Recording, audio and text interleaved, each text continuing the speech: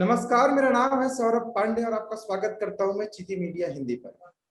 आज हमारे साथ एक बेहद खास मेहमान जुड़ रहे हैं। एक ऐसे मेहमान जिनके बारे में जानकर आप सबको बहुत ही प्रसन्नता होगी। हमारे साथ जुड़ रहे हैं भाई प्रीत सिंह जी। भाई प्रीत सिंह जी का मैं आपसे बातचीत करवाऊं उससे पहले मैं उनका थोड़ा सा परिचय देना चाहूंगा। भाई Preet Singh ji safe India foundation के संयोजक हैं। ये एक संस्था है जो सुप्रीम कोर्ट के एडवोकेट अश्विनी उपाध्याय जी के मार्गदर्शन में काम कर रही है। और ये भारत बचाओ आंदोलन के नाम से एक कैंपेन चला रहे हैं, जिसके द्वारा माध्यम से ये कुछ अपनी इनकी मांगे हैं जो ये जिन पर हम अभी बात करेंगे वो ये रख रहे हैं भारत सरकार के समक्ष। और ये कह रहे हैं कि भारत सरकार इन पे जल्द से जल्द कोई कानून लेकर के आए। और साथ ही साथ भाई प्रीत सिंह जी के बारे में एक बहुत ही महत्वपूर्ण बात मैं आप सबको बताना चाहूंगा कि भाई प्रीत सिंह जी ने एक प्रण लिया है कि जब तक भारत सरकार ये कानून बना नहीं देती, इनकी मांगों को पूरा कर नहीं देती, तब तक ये अन्न ग्रहण नहीं करेंगे। ये फलाहार और व्रत के माध्यम से एक तरीके का सांकेतिक आंदोलन कर रहे हैं। जिन्होंने 7 साल हो गए, इनको 7 सालों से इन्होंने भोजन नहीं किया है, अन्न ग्रहण नहीं किया है।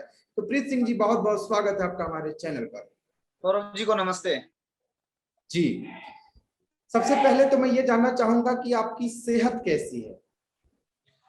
महादेव की कृपा से मेरा जो स्वास्थ्य है वो बिल्कुल उत्तम है। भाई प्रीत सिंह जी, आपसे मेरा पहला सवाल तो यही होगा कि आप लोग को सबसे पहले बहुत बहुत बधाई, क्योंकि आप लोग बहुत टाइम से जनसंख्या नियंत्रण कानून को लेकर के मांग कर रहे थे। उत्तर प्रदेश की खबर आ रही है कि योगी आदित्यनाथ की सरकार अब जनसंख्या नियंत्रण कानून लेकर के आ रही है, तो कैसा लग रहा है आपको?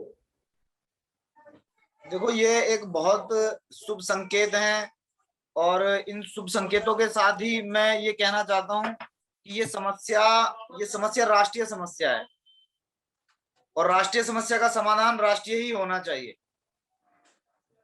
फिर भी डूबते को तिनके का सहारा, जहां कोई आस, जहां कोई उम्मीद दूर दूर तक नजर नहीं आ रही थी, वहां एक आशा की किरण असम की ओर से आई, उत्तर प्रदेश में माननीय योगी आदित्यनाथ जी की ओर से आई।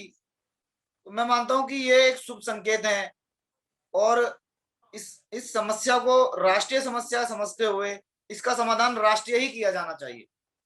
जी, मतलब और योगी जी का जो ड्राफ्ट है, आप उससे इस संतुष्ट राष्ट्रीय नहीं समस्या है? को लेकर नहीं, हम संतुष्ट नहीं है जी, हम बिल्कुल भी संतुष्ट नहीं है। इस मांग को लेकर 8 अगस्त से माननीय अश्विनी उपाध्याय जी के सानिध्य में 8 अगस्त से जनव्यापी, राष्ट्रव्यापी एक आंदोलन दिल्ली में होने जा रहा है, जिनकी 5 मांगों में से एक मांग जनसंख्या नियंत्रण की है। अगर उत्तर प्रदेश की सरकार जनसंख्या नियंत्रण कानून बना देती है, असम की सरकार जनसंख्या नियंत्रण कानून बना देती है, तो मुझे नहीं लगता कि जनसंख्या नियंत्रण हो पाएगी।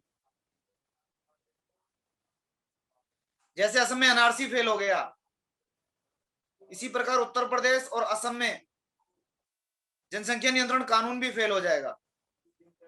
ये एक राष्ट्रीय समस्या है और राष्ट्रीय समस्या का समाधान राष्ट्रीय ही होना चाहिए। उत्तर प्रदेश में कोई व्यक्ति 2 बच्चे से 3 बच्चे करता है तो वो दूसरे स्टेट में जाएगा, वहां बच्चा पैदा करेगा, वहां का बर्थ सर्टिफिकेट ले लेगा और वापस उत्तर प्रदेश में चला जाएगा, वापस असम में चला जाएगा। और ये राष्ट्रीय समस्या है। चूंकि ये राष्ट्रीय समस्या है तो इसका राष्ट्रीय समाधान होगा तो देश का किसी भी राज्य में जाकर यदि वो लोग बच्चा पैदा करते हैं, 2 बच्चों से 3 बच्चों की ओर बढ़ते हैं, तो उनके ऊपर कार्रवाई की जाएगी और जो भी नियम तय किए जाएंगे, जो भी एक प्रावधान तय किया जाएगा, वो उसके ऊपर लागू होगा। जी, आपकी ये बात तो बिल्कुल तथ्यात्मक है कि यदि मान लीजिए कि यूपी में चुनाव है, इसको लेकर के भी लोग कह रहे हैं कि चुनाव के मद्देनजर ये चीजें लाई जा रही हैं ताकि ध्रुवीकरण किया जा सके वोटों का। और एक समुदाय विशेष से इसको जोड़कर देखा जा रहा है, कहा जा रहा है कि एक समुदाय विशेष में आबादी ज्यादा होती है, बच्चे ज्यादा पैदा करते हैं लोग, तो उनको टारगेट करने के लिए, उनको उनके अधिकारों से वंचित करने के लिए ये किया जा रहा है। और जैसा आप जिस पॉइंट को रेज कर रहे हैं, ये भी एक महत्वपूर्ण बिंदु है कि अगर उत्तर प्रदेश में कोई कानून आ गया तो मध्य प्रदेश में तो प्रभावी होगा नहीं, तो जिन्हें बच्चे ही पैदा करने वो कहीं देश के अन्यत्र हिस्सों में जाकर के कर लेंगे। तो ये आपका विचारणीय बिंदु है। लेकिन ये जो दूसरा पहलू है जिसमें ये कहा जा रहा है कि समुदाय विशेष को टारगेट करने के लिए, उसको निशाना बनाने के लिए, उसके अधिकारों को हनन के लिए ये किया जा रहा है, तो इससे कहां तक आप सहमत हैं? सौरभ जी, आप एक बात अच्छे से समझ लीजिए, समुदाय विशेष को भी चलने के लिए सड़क चाहिए, समुदाय विशेष को भी पीने के लिए पानी चाहिए, समुदाय विशेष को भी शिक्षा चाहिए, समुदाय विशेष को भी चिकित्सा चाहिए, समुदाय विशेष को भी न्याय चाहिए, समुदाय विशेष भी प्रदूषण से मुक्ति चाहता है, समुदाय विशेष भी रोजगार चाहता है। इस बात को धर्म विशेष से जोड़कर एक भ्रामक प्रचार करना, मैं कहीं से कहीं तक नहीं मानता कि यह सही है। लेकिन जनसंख्या नियंत्रण कानून वर्तमान भारत की आवश्यकता है। ये जो कोरोना काल आया, इसमें जो वैक्सीन की एक बात चल रही थी, ऑक्सीजन सिलेंडर की एक बात चल रही थी, अस्पतालों में बेड की बात चल रही थी, तो उसमें जो कहीं ना कहीं कारण था, वो कारण जनसंख्या का था। किसी भी राज्य का मुख्यमंत्री या किसी देश का प्रधानमंत्री, और ये चूंकि विषय राष्ट्रीय समस्या का है तो मैं प्रधानमंत्री जी को ही इसमें कोट करूंगा कि किसी भी देश का प्रधानमंत्री 70,000 रोजगार डेली पैदा नहीं कर सकता। सौरभ जी, 70,000 बच्चे रोज पैदा हो रहे हैं भारत में। संसाधन सीमित हैं और जनसंख्या असीमित है। सड़कों की चौड़ाई इतनी ही है, रोड के दोनों साइड बिल्डिंग है, जनसंख्या निरंतर बढ़ रही है। अब बिल्डिंगों को तोड़कर सड़क नहीं बनाई जा सकती। लॉकडाउन में लगभग 1 करोड़ के आसपास बच्चे पैदा हुए हैं, जबकि इजराइल की कुल जनसंख्या 90 लाख है। हमने लॉकडाउन में एक देश पैदा कर दिया, एक इजराइल जितना देश पैदा कर दिया हमने लॉकडाउन में। आप भारत की स्थिति देखिए, विश्व की जो एक अनुसूची है, विश्व का जो एक इंडेक्स है, उसमें भारत की हैप्पीनेस के मामले में स्थिति देखिए, रोजगार के मामले में स्थिति देखिए, बेरोजगारी के मामले में स्थिति देखिए, शिक्षा के मामले में देखिए, चिकित्सा के मामले में देखिए, न्याय के मामले में देखिए, युवाओं के अधिकारों के मामले में देखिए। बड़ी लज्जास्पद स्थिति है हमारी सौरभ जी। जी प्रीत सिंह जी, मैं एक आप लोगों का फॉर्मेट देख रहा था सेव इंडिया फाउंडेशन का। इसमें आप लोग देश की तमाम महनीय हस्तियों, तमाम संवैधानिक पदों पर बैठे उन लोगों के नाम आप एक पोस्टर बैनर के माध्यम से आप चला रहे हैं, जिसमें मैं लेटेस्ट जो देख पा रहा हूँ, उपराष्ट्रपति जी के नाम, देश के सभी केंद्रीय मंत्रियों के नाम, प्रधानमंत्री जी के नाम, राज्य के सभी राज्यों के मुख्यमंत्रियों के नाम, और उसके अलावा जो भी संवैधानिक पदों पर बैठे लोग हैं उनके नाम आप लोग 10 सवाल कर रहे हैं, जिसमें कुछ सवाल मैं चाहूंगा मेरे दर्शक भी सुनना चाहेंगे। अंग्रेजी कानून कब तक चलेंगे? एक देश एक सिलेबस कब लागू होगा? एक देश एक शिक्षा बोर्ड कब लागू होगा? एक देश एक दंड संहिता कब लागू होगी? एक देश एक नागरिक संहिता कब लागू होगी? अदालत में जुडिशियल चार्टर कब लागू होगा? सरकारी विभागों में सिटीजन चार्टर कब लागू होगा? घुसपैठ को गंभीर अपराध कब घोषित किया जाएगा?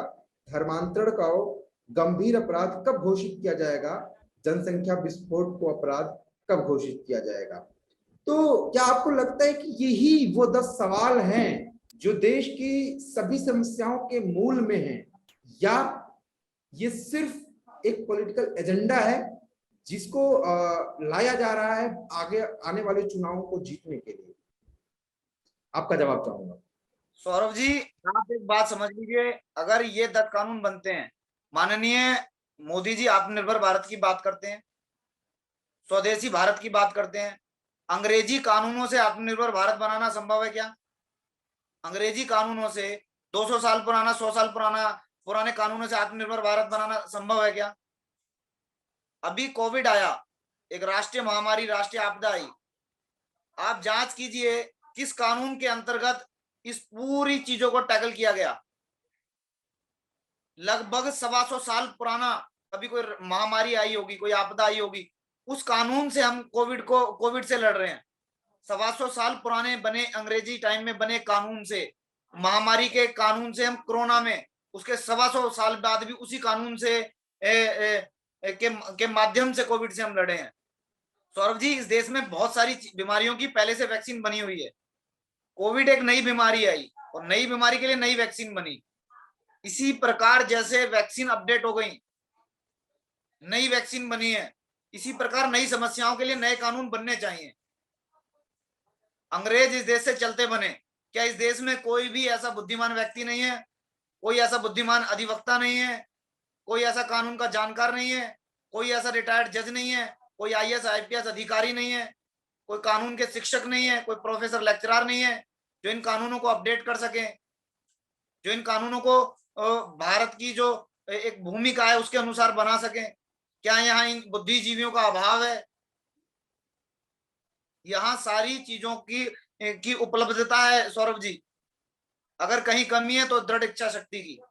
और हमने जो अंग्रेजी कानूनों को रद्द करने की बात कही है, बदलने की बात कही है, खत्म होने की बात कही है, ये कोई अपराध नहीं है सौरभ जी। हमने कोई राफेल नहीं मांग लिया, हमने जनसंख्या नियंत्रण कानून मांगकर कोई अग्नि ब्रह्मोस नहीं मांग लिया, धर्मांतरण नियंत्रण कानून मांगकर कोई ऐसी चीज नहीं मांग ली जो ना मिल सकती हो। निरंतर इस देश में धर्मांतरण हो रहा है। भारत के 9 राज्यों से हम लोग गायब हो गए हैं, भारत के 9 राज्यों में हम अल्पसंख्यक हो गए हैं, हम सिमटते जा रहे हैं सौरभ जी। हमारा अधिकार है धर्मांतरण नियंत्रण कानून को मांगना, और संविधान हमें यह अधिकार देता है। घुसपैठ हमारा अधिकार है। घुसपैठ देश की आंतरिक सुरक्षा का मामला है। एक देश था सौरभ जी पर्शिया, जहां लगभग 5,000 समुदाय विशेष के लोग पहुंचे, और देखते ही देखते 100 साल में पर्शिया ईरान बन गया। यहाँ 5 करोड़ से अधिक लोग हैं घुसपैठिए, जो हमारे देश के 5 करोड़ लोगों का रोटी, कपड़ा, मकान, शिक्षा, चिकित्सा, न्याय को प्रभावित कर रहे हैं। रोज 5 करोड़ लोगों के रोजगार को प्रभावित कर रहे हैं, जो इस देश में अपराध को बढ़ा रहे हैं, जो इस देश में भय का माहौल पैदा कर रहे हैं, जो इस देश में जगह जगह सड़कों को जाम कर रहे हैं। हमारी एक भी मांग गलत है तो पूरे देश का एक भी व्यक्ति आके बताए कि हमारी एक भी मांग गलत है। जी, एक 5 बड़े रोचक तरीके से आप लोगों ने एक आवाज उठाई है, जिसमें मैं देख पा रहा हूं कि आपने लिखा है कि भगवान श्री कृष्ण ने 5 गांव मांगे थे, हम देश हित में 5 कानून मांग रहे हैं। इन 10 सवालों के साथ साथ आपके जो 5 कानून है, मैं चाहूंगा हमारे दर्शक भी उससे रूबरू हो जाए। समान शिक्षा, समान नागरिकता, घुसपैठ नियंत्रण, धर्मांतरण नियंत्रण, जनसंख्या नियंत्रण। तो मैं चाहूंगा एक एक करके इन कानूनों की जो आवश्यकता है उस पर आप प्रकाश डालें, और इन कानूनों के मतलब न होने से जो दुष्प्रभाव हमारे देश में हो रहे हैं, समाज पर हो रहे हैं, उस पर प्रभाव डालें। मैं चाहूंगा इन 5 बिंदुओं पर आप एक एक करके बात करेंगे तो हमारे दर्शक भी थोड़े स्पष्ट तौर पे इसको समझ पाएंगे। सौरभ जी, मैं एक बात आपके माध्यम से दर्शकों को बता देना चाहता हूं कि जो भी इस राष्ट्र हित में काम कर रहे हैं, जो भी मेरे बंधु इस देश हित में सोचते हैं, वो एक बार जाकर अश्विनी उपाध्याय जी के यूट्यूब चैनल पर, उनके फेसबुक चैनल पर और उनके सभी सोशल मीडिया के जितने भी पोर्टल हैं उन पर जाकर उन्हें सुने। उस व्यक्ति ने वाकई में काम किया है। पूरे देश में एक ऐसा अकेला व्यक्ति जो सुप्रीम कोर्ट में 100 से ज्यादा पीआई लगाकर लड़ रहे हैं। सौरभ जी, बहुत सारी ऐसी चीजें हैं, बहुत सारे ऐसे मुद्दे हैं जो इस देश में वाकई राम राज्य ला सकते हैं, इस देश को वाकई विश्व गुरु बना सकते हैं। उन सभी बिंदुओं पर काम करने वाले व्यक्ति अश्विनी उपाध्याय को मैं अपनी बात को इन 5 कानूनों के विषय को रखने से पहले भाई साहब को फिर से एक बार नमन करता हूं। सौरभ जी, समान शिक्षा, हमने एक बात कही एजुकेशन यूनिफॉर्म की, समान शिक्षा की। सौरभ जी, इस देश में जेई की परीक्षा एक है, नीट की परीक्षा एक है, और लगभग सभी सरकारी प्रतिस्पर्धात्मक परीक्षाओं की जो प्रतिस्पर्धात्मक जो परीक्षाएं हैं वो पूरे देश की एक है, जितनी भी परीक्षाएं होती हैं। लेकिन सौरभ जी, इस देश में 74 शिक्षा बोर्ड चल रहे हैं। मस्जिद में अलग पढ़ाया जा रहा है, गुरुद्वारों में अलग पढ़ाया जा रहा है, मंदिरों में अलग पढ़ाया जा रहा है, चर्च में अलग पढ़ाया जा रहा है। हम ये कह रहे हैं कि एक कंटेंट तय कर दो, एक सिलेबस तय कर दो, वो ही मस्जिद में पढ़ाओ, वही मंदिर में पढ़ाओ, वही गुरुद्वारे में पढ़ाओ, वही चर्च में पढ़ाओ। एक कंटेंट पूरे देश की 1ली से लेकर 12वीं तक की। भाई राजा का बेटा भी वही पढ़े, मंत्री जी का बेटा भी वही पढ़े, बाबू का बेटा भी वही पढ़े, रिक्शे वाले का बेटा भी वही पढ़े, सब्जी वाले का बेटा भी वही पढ़े, कारखाना में काम करने वाले का बेटा भी वही पढ़े, पहली से लेकर 12वीं तक, अमीर से लेकर गरीब तक और गरीब से लेकर अमीर तक, सबके बच्चों की किताबें एक जैसी होनी चाहिए पूरे देश में। ये हमारी मांग है भाई। इस देश में बराबरी की बात हो रही है और सबकी किताबें अलग अलग हैं। इस देश में समानता की बात हो रही है और शिक्षा के पाठ्यक्रम में असमानता है। हमारा यह प्रयास है कि शिक्षा में असमानता को दूर किया जाए, एक कंटेंट तय कर दिया जाए, केंद्र सरकार एक कंटेंट को तय कर दे और अलग अलग भाषाओं में उन्हें पढ़ाया जाए। जिस राज्य में जो भाषा है उस भाषा में उसे पढ़ाया जाए, लेकिन कंटेंट सेम रहे। और यही काम श्रीलंका ने भी किया है, फ्रांस ने भी किया है और अमेरिका ने भी किया है। और संविधान भी इसी बात का हमें अधिकार भी देता है। और दूसरी हमारी मांग है समान नागरिक संहिता की। भाई देश के प्रत्येक नागरिक को, सौरभ जी मैं आपसे पूछना चाहता हूं, देश के प्रत्येक नागरिक को एक संविधान से न्याय मिलना चाहिए या नहीं मिलना चाहिए? जी बिल्कुल मिलना चाहिए। भाई इतनी सी बात है जी, समान नागरिक संहिता आएगा तो इस देश के प्रत्येक नागरिक को एक ही संविधान से न्याय मिलेगा। और किसी भी देश में दो संविधान चले, ये देश के लिए या फिर बाबा साहब का, मैं नहीं मानता इससे भी बड़ा कोई अपमान हो सकता है कि संविधान के बराबर बराबर एक और संविधान समुदाय विशेष का चला दिया जाए। देश के प्रत्येक नागरिक को एक ही संविधान से न्याय मिलना चाहिए और जिन लोगों को इस देश के संविधान के प्रति कोई श्रद्धा का भाव नहीं है, उसकी सत्यता के प्रति उनकी श्रद्धा नहीं है, उनका विश्वास नहीं है, तो मैं नहीं मानता उनका इस देश में रहने का अधिकार है। माननीय मोदी जी ने भी ये बात कही थी, समान नागरिक संहिता हमारी दृढ़ प्रतिबद्धता, और हमें भी एक पूरा हमें भी दृढ़ विश्वास है कि माननीय मोदी जी शीघ्र इस कानून को बनाएंगे और इस राष्ट्र की जो एक विकास की जो एक रफ्तार है उसकी गति को और तेज करेंगे। जी तीसरी हमारी सौरभ जी जो मांग है वो धर्मांतरण नियंत्रण की है।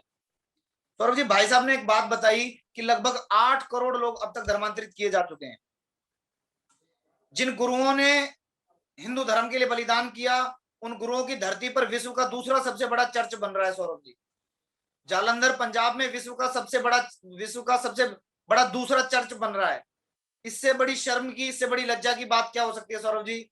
जिन गुरुओं को आग में डाल दिया गया, जिन्हें कढ़ाई में तल दिया गया, जिन्हें बीच में से चिरवा दिया गया, उनके वंशज अपना दिन रात धर्मांतरण कर रहे हैं और उनके नेता, उनके बड़े बड़े संगठन जत्थेदार उस धर्मांतरण को देखते हुए बिल्कुल मौन बैठे हैं।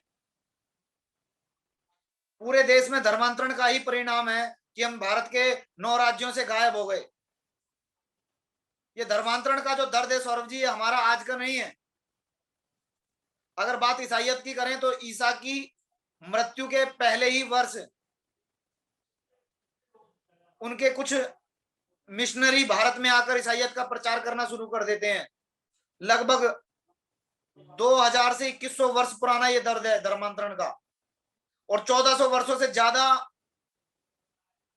इस्लामिक धर्मांतरण का जो एक दर्द है वो हम लोगों ने झेला है।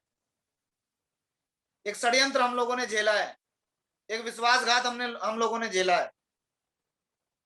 तो ये जो धर्मांतरण हो रहा है, भाई कोई स्वेच्छा से धर्मांतरण करे अच्छी बात है, लेकिन किसी को बहकाकर, लालच देकर, या फिर आपकी फलां बीमारियां ठीक हो जाएंगी, आपको बच्चा पैदा हो जाएगा, अगर धर्मांतरण करने से और इनकी प्रार्थनाओं से या इनके ढोंग आडंबरों से इतने रोगों का इलाज हो सकता है, तो माननीय गृह मंत्री जी से मेरा निवेदन है, स्वास्थ्य मंत्री जी से मेरा निवेदन है, राष्ट्रपति जी से, प्रधानमंत्री जी से मेरा निवेदन है कि इस देश में जितने भी एम्स चल रहे हैं सबको बंद कर दिया जाए, सब रोगियों का धर्मांतरण कर दिया जाए। जिन महिलाओं को बच्चा पैदा नहीं हो रहा उनको बच्चा पैदा हो जाएगा, जिनको किडनी फेलियर है उनकी किडनी ठीक हो जाएंगी, जिन्हें लूज मोशन है उनके लूज मोशन ठीक हो जाएंगे, जिनकी कोई मानसिक विकृति है उनकी मानसिक विकृतियां ठीक हो जाएंगी, हृदय रोग वालों का हृदय रोग ठीक हो जाएगा। मेरा माननीय मोदी जी से और सभी सांसद महोदयों से ये निवेदन है कि 19 जुलाई से संसद सत्र शुरू हो रहा है, धर्मांतरण नियंत्रण का बिल पेश कीजिए। और यदि कोई बिल पेश करने का इच्छुक है तो अश्विनी उपाध्याय जी ने बहुत अच्छा बिल तैयार किया हुआ है, माननीय अश्विनी उपाध्याय जी से भी ये लोग संपर्क भी कर सकते हैं। उसके बाद हमारी जो अगली मांग है वो है जी घुसपैठ नियंत्रण की। मैं कहता हूं सौरभ जी, जब सवाल देश की सुरक्षा का हो तो देश की जांच एजेंसियों को, सत्ता में बैठी सरकारों को, समाज के जागरूक लोगों को, संगठनों को इस बात पर कोई समझौता नहीं करना चाहिए। सौरभ जी, इस देश में निरंतर घुसपैठ हो रही है और कितनी तेजी से घुसपैठ हो रही है। इनके पास एक बहुत अच्छा जादू है सौरभ जी, मैं आपको बता दूं कि ये बंगाल की खाड़ी से घुसते हैं, बंगाल के बॉर्डर से घुसते हैं और मिलते हैं दिल्ली में रंगपुरी की पहाड़ियों पर। ये बंगाल से घुसते हैं, मिलते हैं अमानतुल्लाह खान के पास के विधानसभा क्षेत्र में। ये घुसते हैं बंगाल की बॉर्डर से और मिलते हैं जमुना के खादर में। ये घुसते हैं बंगाल से, मिलते हैं जम्मू कश्मीर में, महाराष्ट्र में, उत्तर प्रदेश, हरियाणा के गांवों में, राजस्थान के गांवों में, मोदी नगर, मुजफ्फरनगर के पास। इनके पास एक अच्छा जादू है, ये घुसते कहीं से हैं और निकलते कहीं हैं। और यही वो गैंग है जो बच्चा चोरी करता है, रात को गाड़ियों के टायर खोल लेता है, किसी की मोटरसाइकिल चोरी करता है, किसी की बहन बेटी को लेकर भागता है, कहीं गंभीर अपराधों को अंजाम देता है। और इनकी कोई आइडेंटिटी नहीं है, इनका कोई रिकॉर्ड नहीं है। और ये देश की सुरक्षा के लिए, देश की सुरक्षा के ऊपर एक सबसे बड़ा प्रश्न चिन्ह है कि आपके देश में 5 करोड़ लोग अवैध रूप से रह रहे हैं। सौरभ जी, बहुत सारे देश ऐसे हैं विश्व में जिनकी जनसंख्या भी इतनी नहीं है। कई देशों की जनसंख्या को मिलाकर इतने लोग होंगे जितने लोग इस देश में अवैध रूप से रह रहे हैं। और सौरभ जी, ये देश है, कोई धर्मशाला नहीं है, धर्मशाला में भी आपको आधार कार्ड दिखाना पड़ेगा।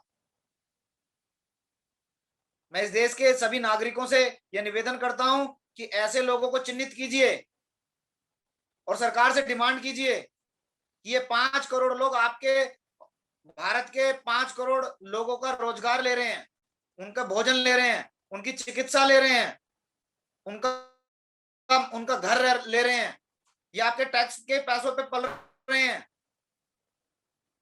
मैं किसी राजनीतिक विषय में नहीं जाना चाहता, लेकिन पीछे जो अमानतुल्लाह खान ने किया वो बहुत शर्म की बात है कि हमारे देश के व्यापारियों का जो पैसा है, हमारे देश के जो मेहनत कश लोगों का जो टैक्स का पैसा है, वो उसे दोनों हाथों से लुटा रहे हैं अपने राजनीतिक लाभ के लिए। सरकारें और राज्य की सरकारें इन्हें संरक्षण दे रही हैं, जो बहुत शर्म की बात है कि ये देश के नागरिकों के की सुरक्षा के साथ समझौता कर रहे हैं। हम एक कठोर और प्रभावी घुसपैठ नियंत्रण कानून की मांग कर रहे हैं। और जो 5वां विषय है वो जनसंख्या नियंत्रण का है। सौरभ जी, ये 5 कानून बन भी जाएंगे और लागू भी हो जाएंगे, लेकिन अश्विनी उपाध्याय जी ने एक बात कही है और बहुत सारे बुद्धिजीवियों को इस बात को लेकर भ्रम भी तोड़ा है कि जनसंख्या नियंत्रण कानून आने से जो हमारा समाज है वो और पिछड़ जाएगा, हम और कमजोर हो जाएंगे। भाई साहब ने इसका एक उपाय बताया है। जब तक भारत में भ्रष्टाचार का एक कानून नहीं बनेगा, कठोर कानून नहीं बनेगा, आय से अधिक संपत्ति का एक कानून नहीं बनेगा, संपत्ति को आधार से लिंक नहीं किया जाएगा, तब तक ये कानून 5 कानून बनने के बाद भी प्रभावशाली नहीं होंगे जी। और ये घुसपैठी जहां जोगी वहीं मकान के बदले इस स्कीम में ये 1 करोड़ से ज्यादा लोग पक्का मकान पा गए हैं भारत सरकार के माध्यम से, राज्य सरकारों के माध्यम से। जी, तो ऐसे में आपने जो मुख्य बिंदु आपके जो 5 थे, उन पे आपने जो भी हमारे दर्शकों को बताया वो काफी विचारणीय और काफी चिंतनीय बिंदु हैं, उसमें कोई संदेह ही नहीं है। और मुझे लगता है कि आपकी और आपकी टीम को पूरे देश से समर्थन मिलना चाहिए। ऐसे कानून जिसकी आप मांग कर रहे हैं ये वास्तव में देश हित में हैं या नहीं है, यह मैं अपने दर्शकों के ऊपर छोड़ता हूं कि दर्शक भी हमें कमेंट बॉक्स में हमें जरूर बताएं कि भाई प्रीत सिंह की संस्था जिन कानूनों की इन मांग कर रही पांचों है मुद्दों को वो लेकर देश के हित में कितने प्रभावी हैं, इस पर अपने विचार रखें। साथ ही साथ मैं अपनी टीम की तरफ से आपको शुभकामनाएं देता हूं कि जिन सौरभ जी, मांगों को लेकर आप आगे बढ़ रहे हैं उनमें जल्द से जल्द आपको सफलता मिले और ये कानून भारत सरकार जल्द से जल्द बनाए। जी आप कुछ कहना चाह रहे हैं, फाइनल कमेंट अपना दीजिए। सौरभ जी, इन मांगों को लेकर, इन पांचों कानूनों की मांगों को लेकर 8 अगस्त से हम दिल्ली में भारत बचाओ आंदोलन का एक शुरुआत कर रहे हैं, जिसमें अश्विनी उपाध्याय जी और हम आमरण अनशन करेंगे और आमरण अनशन के साथ ये आंदोलन शुरू होगा। और सौरभ जी, एक विशेष बात यह है कि 200 से ज्यादा अंग्रेजी कानून इस आंदोलन के पहले दिन 8 अगस्त को जंतर मंतर पर जलाए जाएंगे। और पूरे देश के लोगों से मैं ये अपील करता हूं कि जो दिल्ली आ सकता है वो आए और अधिक से अधिक लोग अपने घरों से बाहर निकलें और इन अंग्रेजी कानूनों को 8 अगस्त में जलाएं। इस आंदोलन को एक राष्ट्रव्यापी आंदोलन बनाएं। और मैं अपने शब्दों को विराम देते हुए सौरभ जी का बहुत बहुत धन्यवाद करता हूं कि इन्होंने अपने चैनल के माध्यम से, अपने शो के माध्यम से एक बड़ी जागरूकता का विषय उठाया और पूरे देश के जन जन तक पहुंचाया। सौरभ जी का बहुत बहुत धन्यवाद। जी आपका भी बहुत बहुत धन्यवाद कि आप हमारे चैनल पर आए और इतने सारे बिंदुओं पर आपने विस्तार से चर्चा की। उम्मीद करते हैं हमारे दर्शकों को ये सारे विषय समझ में आए होंगे और इस पर आप और लोगों को भी जागरूक कर सकते हैं। हमारे वीडियो को आप शेयर करिए, लाइक करिए, कमेंट करिए और आपको लगता है कि जिन लोगों तक ये बात पहुंचाई जानी चाहिए वहां तक आप पहुंचा सकते हैं, तो अपने अपने सभी सोशल मीडिया प्लेटफॉर्म्स के माध्यम से हमारे वीडियोस को वहां तक पहुंचाएं। बहुत बहुत शुक्रिया, बहुत बहुत आभार। Namaste. Please remember to subscribe to us and switch on the notifications for this channel. For our other social media links, more content and to support our work, please visit citti.net. Dhanyavad. Namaskar.